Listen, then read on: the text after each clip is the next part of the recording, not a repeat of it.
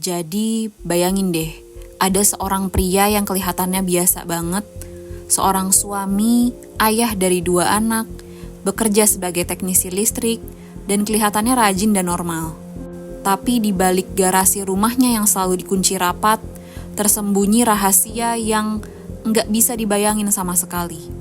Halo, balik lagi di channel ini Trisha. Seperti biasa, di sini kita akan membahas kisah-kisah true crime yang mengerikan, tragis, aneh di dunia. Sebelum kita mulai, jangan lupa subscribe, like, dan hidupin notifikasi supaya kalian gak ketinggalan kisah-kisah misterius lainnya. Dan cerita hari ini itu gak kalah bikin geleng-geleng kepala, gak kalah tragisnya. Jadi jangan lama-lama, kita langsung aja masuk ke kasusnya. Inilah kisah Jerry Brudos, atau yang dijuluki The Lust Killer atau The Shoe Fetish Killer, si pembunuh berantai dengan obsesi aneh terhadap sepatu wanita. Dan obsesi itu berubah jadi serangkaian pembunuhan sadis yang bikin satu Amerika geger. Jerry Brudos lahir tanggal 31 Januari 1939 di South Dakota, United States, Amerika. Dari luar keluarganya kelihatan normal, tapi ternyata nggak sesederhana itu. Ibunya, Mary Ellen Brudos, adalah wanita yang dingin dan keras. Dia benar-benar benci sama Jerry, karena dia sebenarnya pengen punya anak perempuan, dan dia nggak pernah menyembunyiin itu dari Jerry. Jerry tumbuh dengan rasa ditolak, disalahin, dibanding-bandingin, dan dianggap salah cuma karena dia lahir sebagai laki-laki.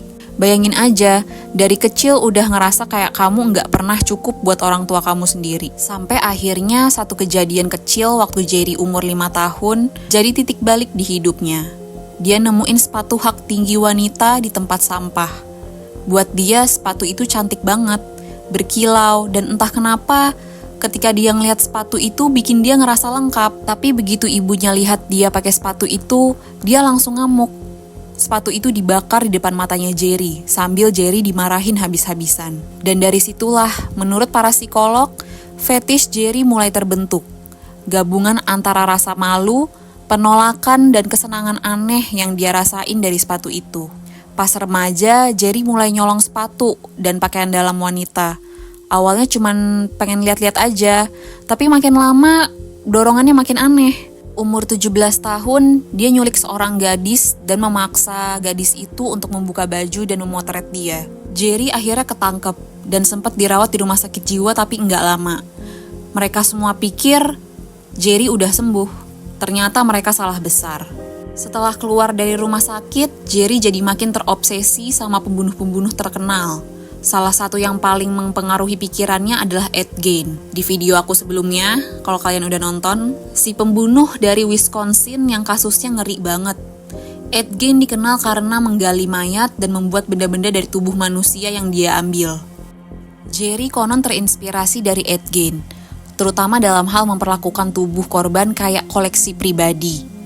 Dia terobsesi sama ide bahwa tubuh wanita bisa dijadikan objek, sama seperti Ed Gein memperlakukan korbannya. Dan ide itu makin lama makin tumbuh di kepala Jerry, sampai akhirnya dia sendiri berubah jadi monster yang mirip dengan idolanya. Tahun 1961, Jerry nikah sama Darcy Merzler. Mereka punya 2 anak, kelihatannya kayak keluarga kecil yang bahagia. Tapi sebenarnya Darcy hidup dalam ketakutan. Jerry ngatur semuanya, bahkan ngelarang Darcy masuk ke garasi, katanya itu tempat kerja. Padahal sebenarnya itu tempat di mana sisi tergelap Jerry mulai keluar.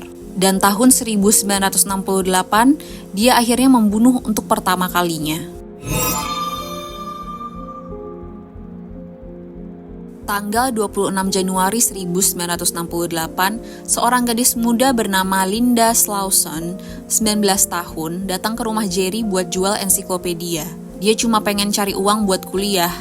Tapi begitu Jerry buka pintu, hidupnya berakhir di situ. Jerry pura-pura tertarik sama buku-bukunya, ngajak Linda masuk, tapi begitu pintu tertutup, dia langsung mukul Linda sampai pingsan, lalu mencekiknya. Tubuh Linda digantung di garasinya dengan sistem katrol yang udah dia siapin. Jerry lalu dandanin tubuh Linda dengan sepatu dan lingerie wanita, memotret dan memperlakukan tubuh itu kayak boneka. Sampai akhirnya Jerry memotong kaki kirinya Linda buat disimpan, katanya buat model sepatu. Tubuh Linda dibuang di sungai Willamette dan sampai sekarang nggak pernah ditemukan. Setahun kemudian dia membunuh lagi.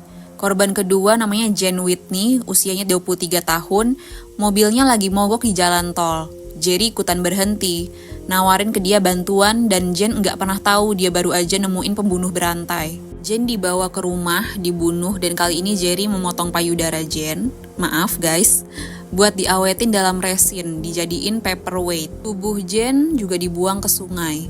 Tapi itu belum berakhir. Tahun 1969, Jerry menculik Karen Sprinker, mahasiswi berusia 19 tahun, dari parkiran kampusnya. Jerry membunuh Karen, mengikat tubuhnya Karen ke potongan besi, dan membuang mayatnya Karen ke sungai Long Tom. Sebulan kemudian dia membunuh lagi. Nama korbannya Linda Sale. Aku nggak tahu bacanya Linda Sale, Linda Sali, Linda Sale lah ya. 22 tahun, korban keempatnya. Tapi kali ini Jerry bikin kesalahan besar. Akhir April 1969, tubuh Karen Sprinker ditemukan di sungai. Beberapa minggu kemudian, tubuh Linda Sale juga ditemukan. Polisi langsung sadar mereka berhadapan dengan serial killer. Kedua korban ditemukan dalam kondisi sama, diikat kabel listrik, dicekik, dan diberi pemberat logam. Polisi mulai cari saksi dan beberapa mahasiswa bilang mereka pernah lihat pria besar aneh di area kampus, muter-muter sambil ambil foto gitu.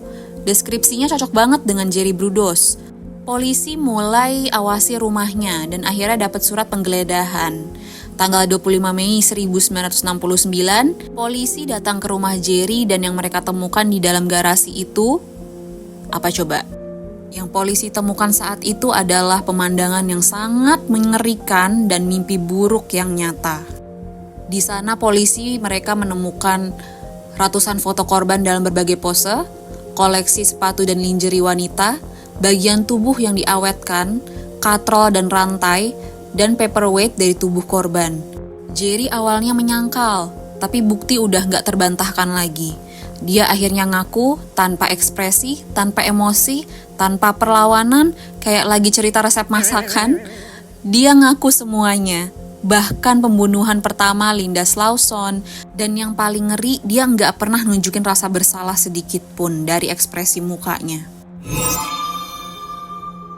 Sidangnya digelar di Salem, Oregon tahun 1969.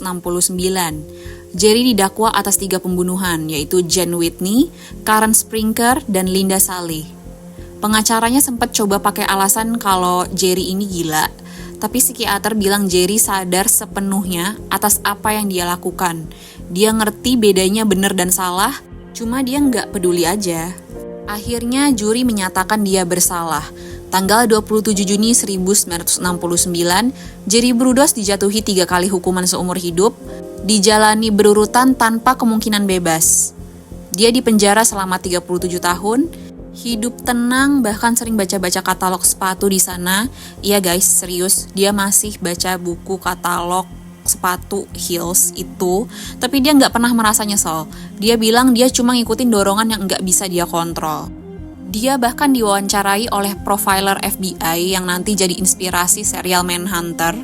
Tanggal 28 Maret 2006, Jerry Brudos meninggal di penjara karena kanker hati, umur 67 tahun, tanpa pernah minta maaf atas apapun yang sudah dia lakukan. Kasus Jerry Brudos ini salah satu yang paling disturbing atau yang paling mengganggu di sejarah Amerika. 4 wanita muda, Linda Slauson, Jane Whitney, Karen Sprinker, dan Linda Sale, kehilangan hidupnya cuma karena obsesi gelap satu orang.